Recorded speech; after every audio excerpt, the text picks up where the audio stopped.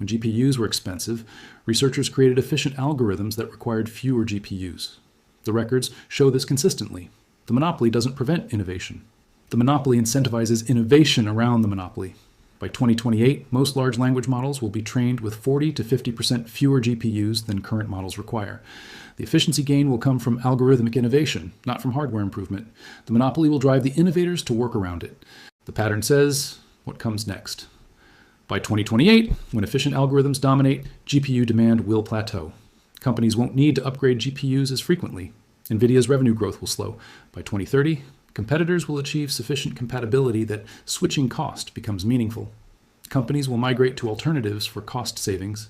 By 2035, Nvidia will control 50 to 55% of the AI accelerator market, down from 90%.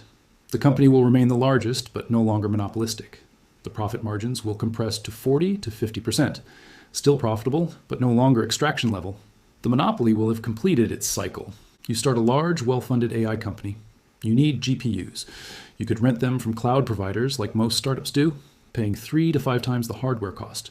Or, if you raise enough capital, you buy thousands of Nvidia H100s at $40,000 each.